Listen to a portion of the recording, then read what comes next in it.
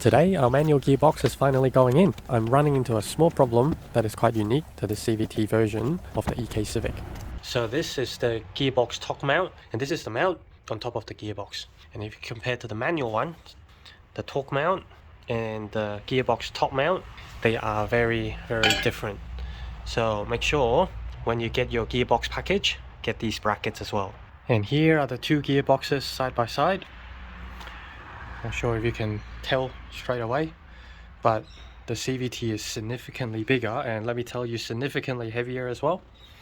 And you can see the significant difference in the design of the torque mount as well as the top mount there. The plug seems to be matching, so I'll see whether or not we will need a manual harness to complete the conversion. The next thing to pay attention to are these locating pins or dials. Not sure what they're called, but there are two of them right there, one on both sides of the engine. And as you can see here, I've got two on here as well. So if you try to match it up, it's not going to work. So make sure you double check. Well, sometimes it can be two, sometimes it can be one, sometimes it can be none. If there are none on both sides, then obviously it will still work. It will make it a little bit more difficult for you to fit the gearbox in. If you happen to have these dials on both the gearbox and the engine side, without noticing, you might crush them. I've even heard stories of people cracking the bell housing, etc., when they tighten the gearbox onto the engine without realizing there were one of these on the gearbox and the engine side. So make sure you don't make that mistake. And to remove them is pretty easy. Just get a pair of pliers, give it a twist, and out they come. Small twist, out they come. And this here is another one of those things you might as well do while you're here. So the way this works is when you press on the clutch, it pushes on here and it pivots right here on this ball, and then it pushes this into the pressure plate and therefore disengaging the clutch. And as you can see, it's bone dry right there, and obviously every time you press on the clutch there's friction there. So while we're here, it's easy enough to just give it a bit of grease, and I'm just using some all-purpose grease, and just slap it all around this little ball. That is going to help avoid some of the squeaking noises that's going to come from your clutch. Might as well just grease this up a little bit as well.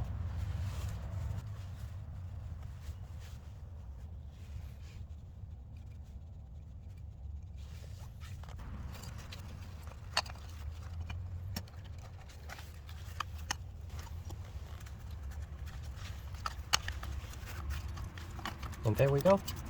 Now it's time to fit the gearbox in. So here I am thinking I might be able to fit the gearbox and the drive shaft at the same time. You'll see me try, but multiple times it just sort of slips out and gets in the way. And because of the extra weight of the drive shaft, the input shaft just doesn't line up, and it just makes it so difficult to push in.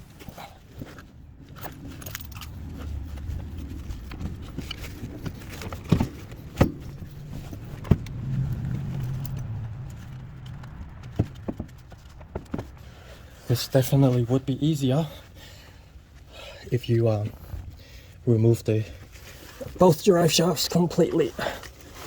Alright, I've given up on the idea to install the drive shaft while putting in the gearbox at the same time. So if I have to pull off the drive shaft, I'll do that, trying to fit the input shaft and the gearbox matching the two little dials.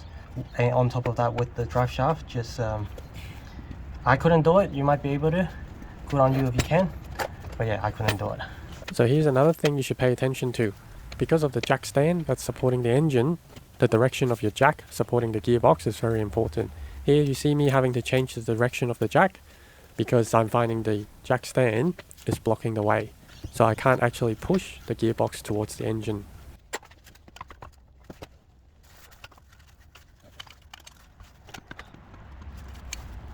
As tempted as you might be wanting to tighten the gearbox in with 1 or 2 bolts, it's a pretty risky move. And here you'll see me making small adjustments to the height and angle of the gearbox, trying to push it in. In the end, it wasn't any special tools that helped me get the gearbox in, but rather it was just a plank of wood that I used to lever it in. And whatever you do, make sure you be patient.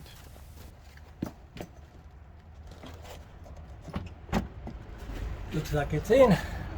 Sometimes it's literally just at 1 mil or 1 degree and it just gets stuck there.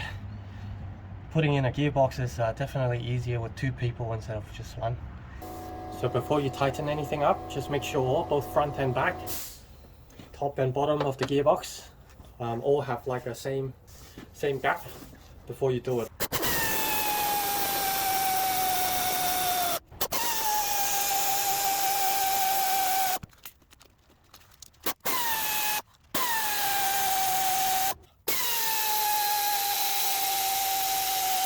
Alright, as you can see, it is in.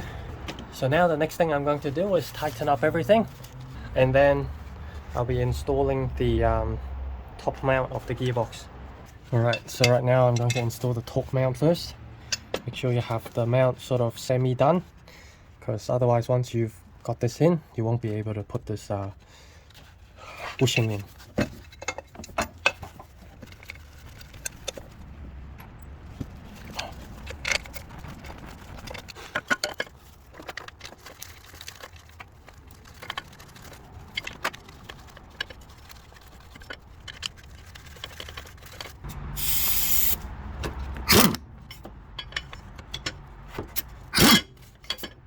Now here is the final piece of the puzzle. As you can see, my gearbox top mount doesn't actually reaches to the body bushing. And that's because being a CVT, this has a unique bushing, whereas your standard manual or automatic EKs, the bushing is further down on the side of the chassis rail. And in which case, if you're just manual swapping an auto EK, a standard automatic EK, it'll bolt on straight away. For me, there are actually kits where you can buy online, but it's like $200. So I'm actually planning to make my own brace and extend it out a little bit to use that OEM bushing. Other than that, it's just a matter of refitting the inspection plate, reinstalling the drive shafts, and the gearbox will be officially in. Hope you guys enjoyed today's video, and if you did, make sure you give me a thumbs up and give me a follow. Thank you. I'll catch you in the next one.